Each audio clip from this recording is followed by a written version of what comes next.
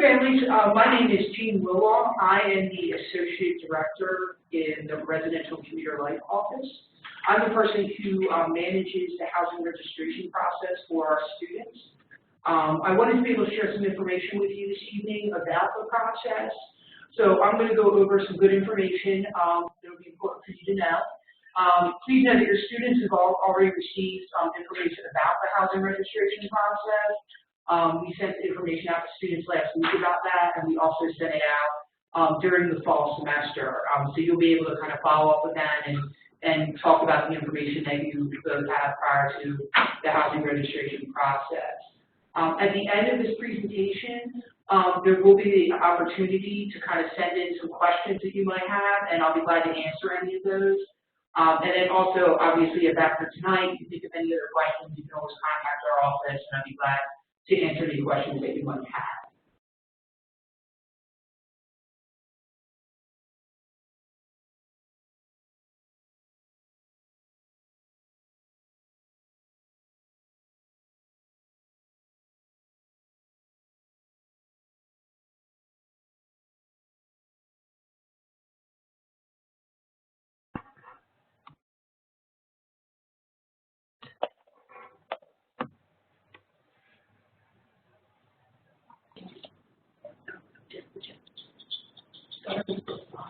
Sorry about that. I just was told that I had accidentally muted, so you might not be able to hear me for a couple seconds there. But just wanted to pass along some information to you about the process. As I said earlier, this process is for continuing students, so students that are currently living in our housing now and signing up for next year. One thing that's really important is any student that's planning to participate in the registration process would need to create a roommate PIN through the Student Housing Gateway.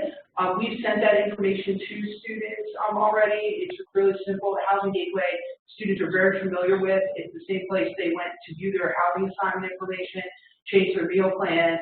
Prior to housing registration, we just asked that they create this roommate PIN, because that's how we're going to know that they've agreed to live with the group of students that they're signing up for housing. So that's just something that they have to do prior to housing registration. And at any point in time, students can log in to the Housing Gateway and they can view their completed credit total.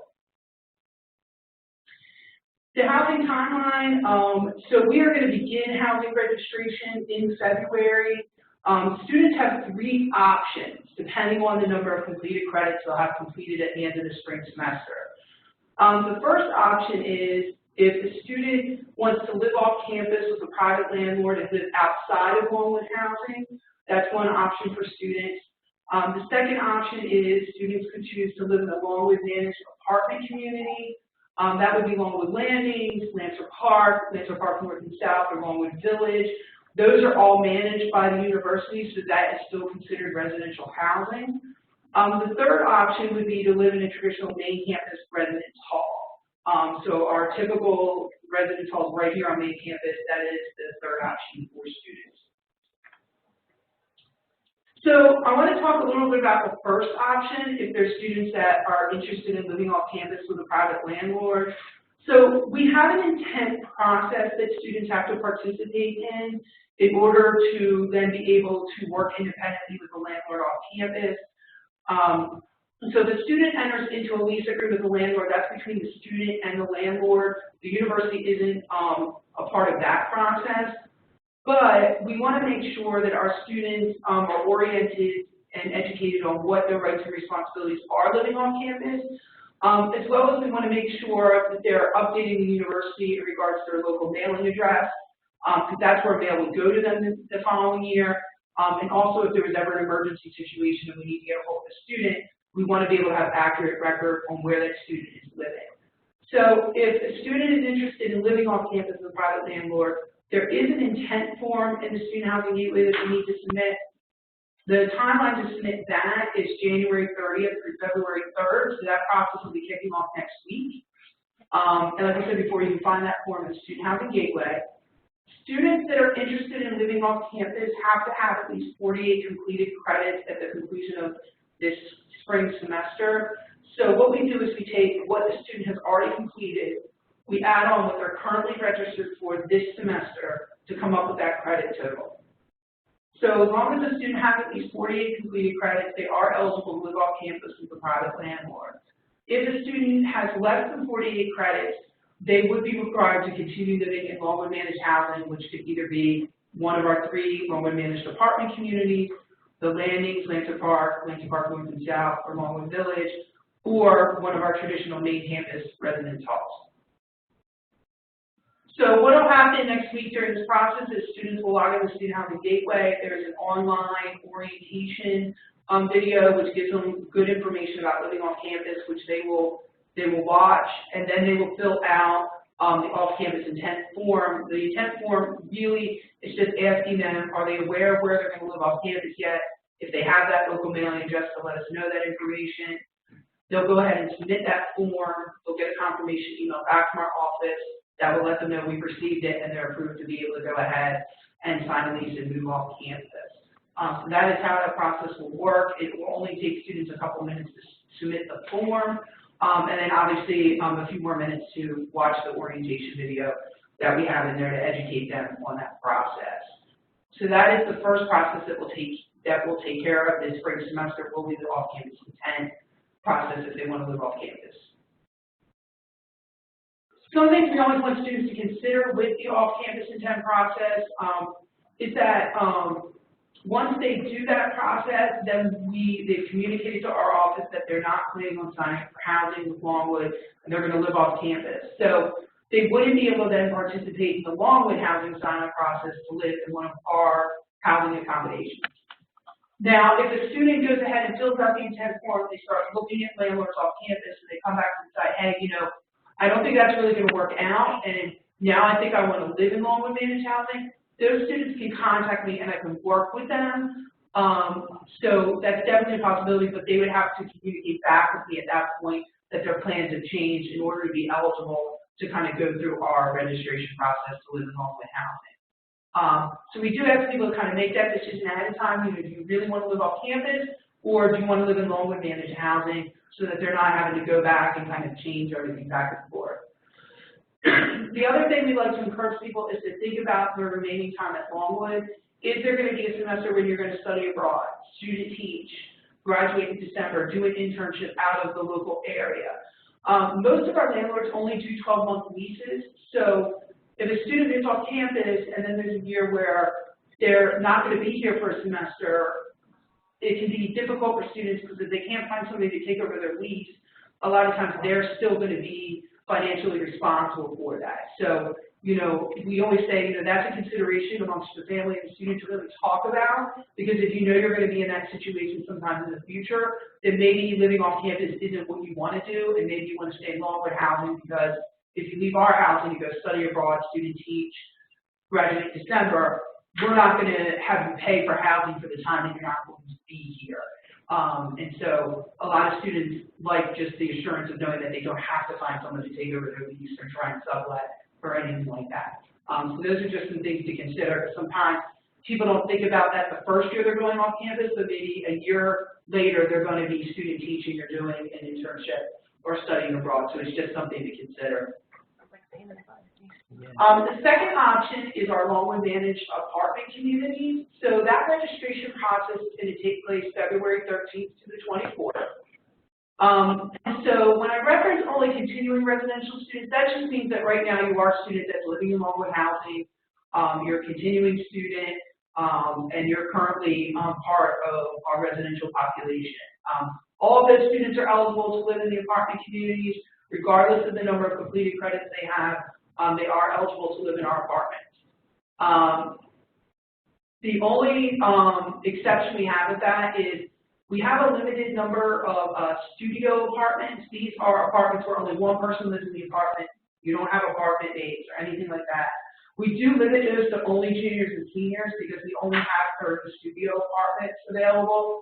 But within all of our 3-bedroom apartments, 4-bedroom apartments, and 2-bedroom apartments, you just need to be a continuing residential student. There is no credit requirement to live in those spaces. Each day of the housing registration process, it will be conducted from 10 a.m. to 4 p.m. each day, so students can begin registering as early as 10 a.m. and then the process will end at 4 p.m. each day. Okay. we start the process with squatting. So what squatting is if you currently live in a Longwood managed apartment right now, and you want to return to that same exact apartment unit, you can do what we call a squatting process, where you can sign up for that apartment again and pull in your roommates. As long as you can fill the apartment to full occupancy and fill all the bedrooms in the unit, you can go ahead and squat that space on one of those 3 days. So you can either do it the 13th, the 14th, or 15th. We give people 3 days to finish that process. So if a student, forgets to do it on the 13th, they can do it on the 14th. If they forget the 14th, they got 1 more day to get it done. So we have 3 days just to make sure that if somebody has something going on and they forget to do it, they can kind of still get that done. So that begins the registration process, is the squatting process on those 3 days. The other thing that we do on those 3 days, on the 13th, 14th, and 15th, that's when we do our studio lottery. So students that are interested in the studio lottery would log into the Housing Gateway on one of those 3 days, and they would submit an application for the studio lottery. Then what happens is on Thursday that week, we will contact students about the lottery and let them know if they won or if they didn't. And then that way, if they didn't win the studio lottery, they have time to kind of work with a group to get a group of students together to sign up for, a 3-bedroom, a 4-bedroom, or a 2-bedroom apartment, because that registration process won't happen until the following week. So then on Monday, February 20th, we will have our senior apartment selection day. So these are students with 89 or more completed credits at the end of the spring semester, and this would be their opportunity to register for housing.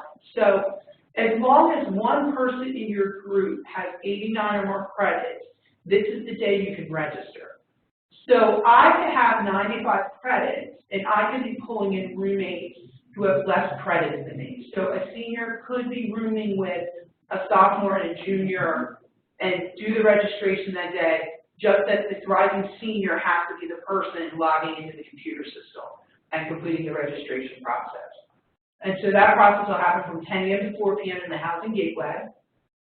Then once we conclude senior day on Tuesday, February 21st, we will do a junior registration day. So this is a day for students who have at least 56 completed credits at the end of the spring semester.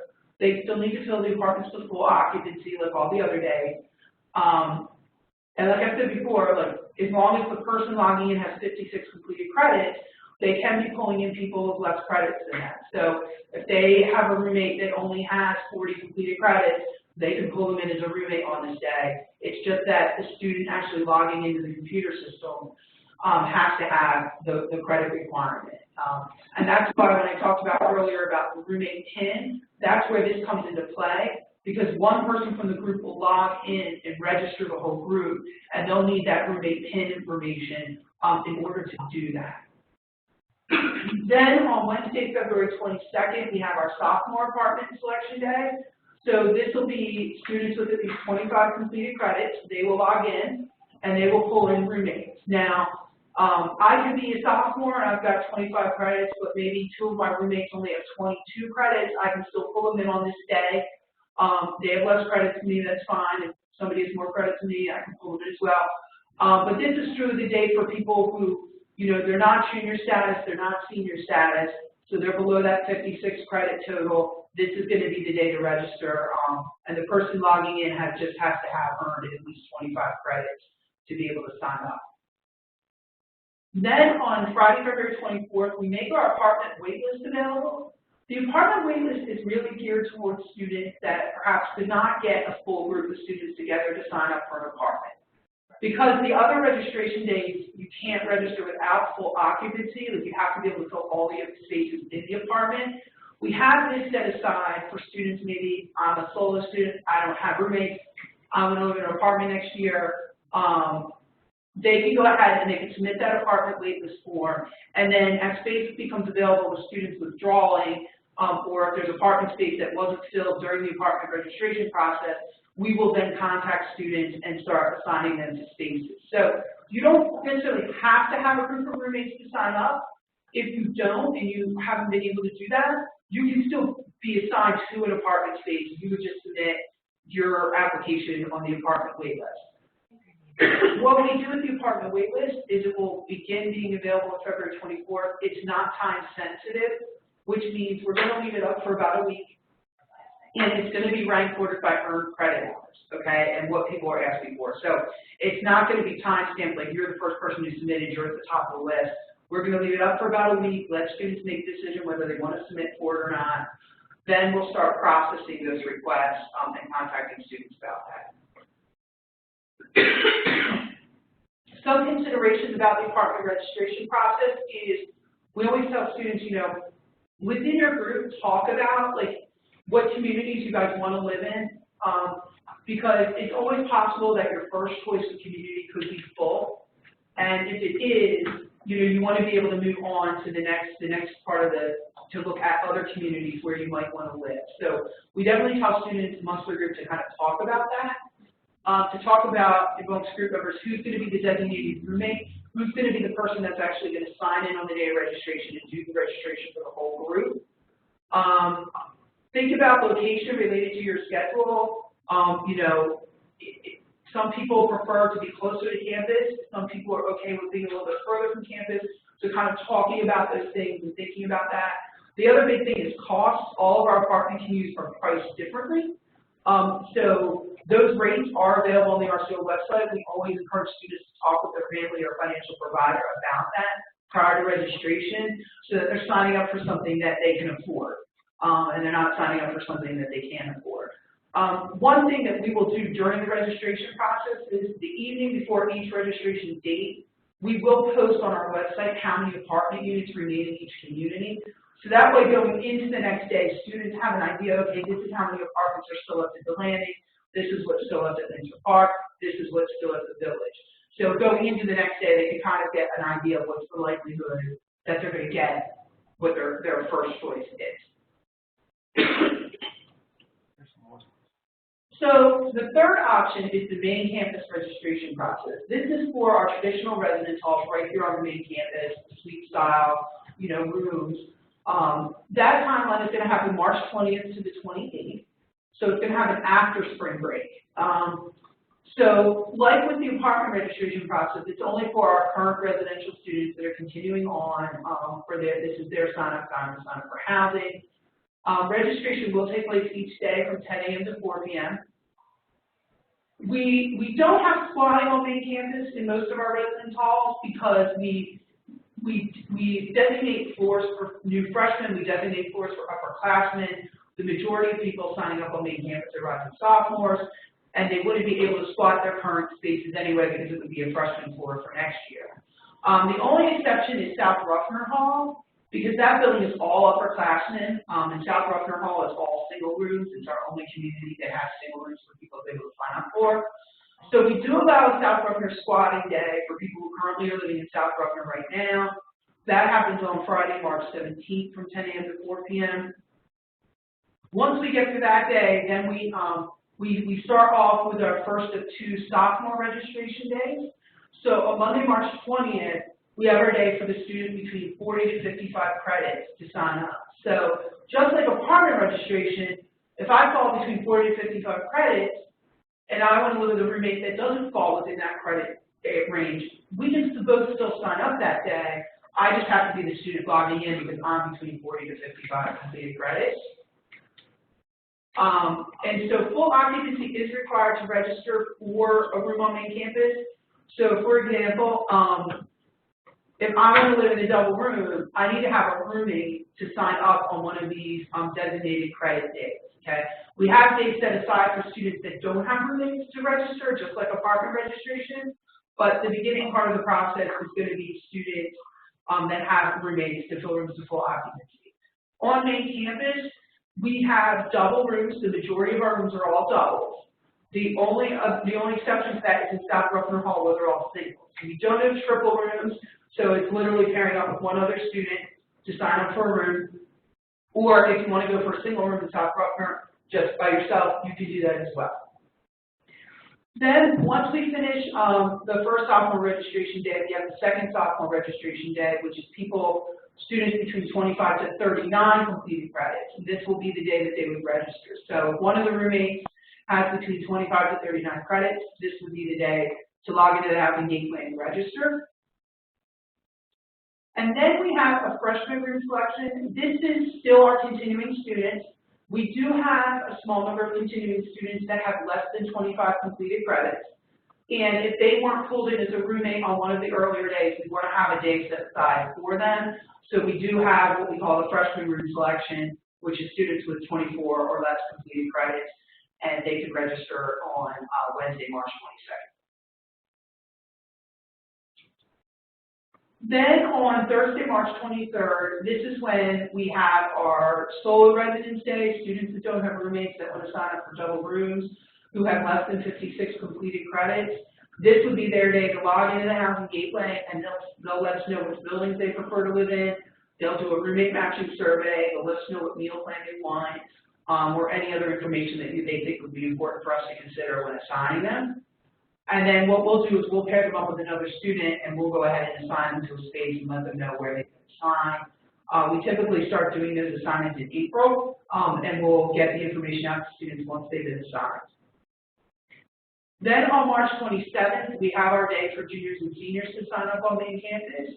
So that's students with 56 or greater completed credits at the end of the spring semester. Those students can log into the housing gateway and sign up for a space for next year. Then on Tuesday, March 28th, that's when we'll have our solo day for juniors and seniors. So if there's somebody with 56 or more completed credits that doesn't have a roommate for next year and they want to be in a double room, they'll go ahead and submit those preferences.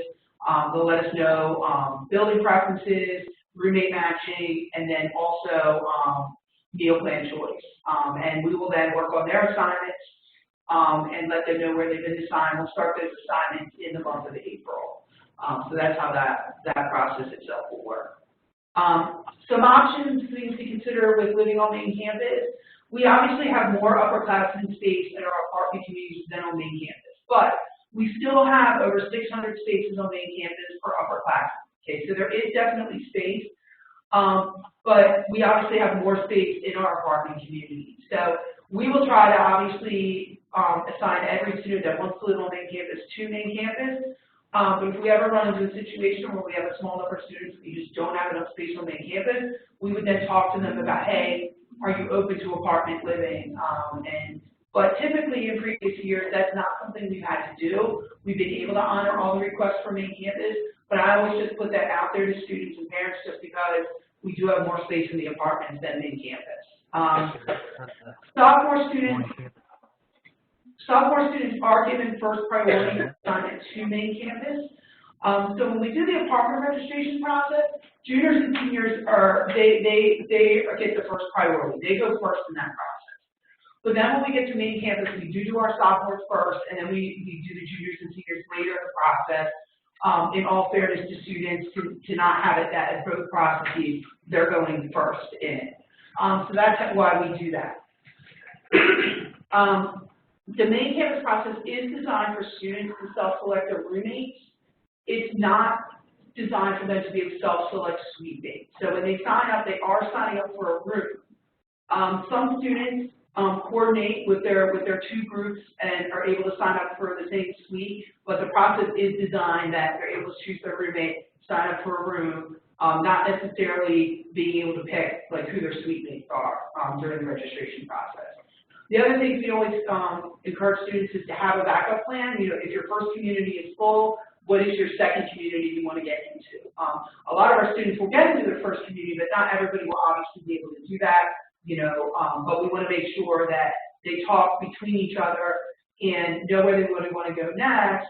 Just because you know you could be signing up for housing and your roommate could be in class, and then if your first choice is filled, you're trying to get a hold of them while they're in class or something, and then it's taking you more time to complete the registration process. So we definitely encourage people to talk about that.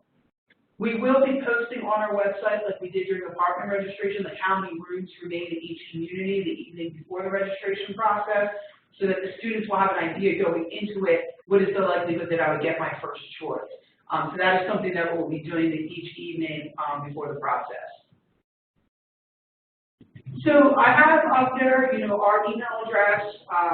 I have, you know, our website there, where there's a lot of information about our housing that's offered. We have virtual tours on our website of the different housing options. So that's definitely something, the students go to and kind of look at a lot. You as family members can take a look at that as well. We have our email address if you have other questions after today, but we will be taking some questions. So if you have any questions, you can submit them, and I'll be glad to answer them today before we finish everything up. I'm open to answering any questions after today, so if you have any, you can always call our office. You can send an email in, and we'll be glad to do that for you. So, I do have a question for you, Jean. Sure. The question is, may students remain in a dorm room but request a private dorm room? And if so, what is the cost difference for the private? Sure. Students aren't able to sign up for a double room and make it private, and the reason for that is we just need to make sure we have enough housing space for all our students in the fall, and typically we will open at 100% occupancy and be full.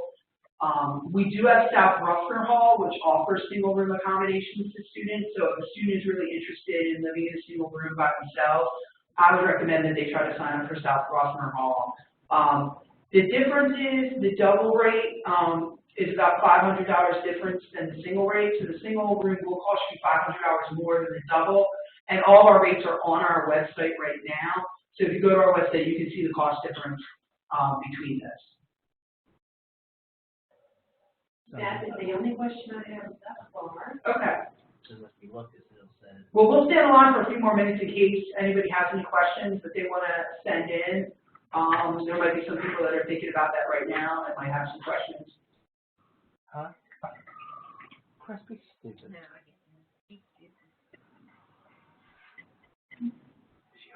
all right, I think we don't have any other questions. Okay, well, I hope this information was helpful for you all, and if you think of any other questions after today, feel free to contact our office.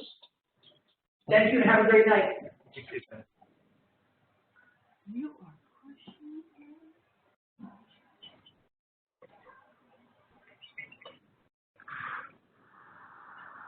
I would be so popular.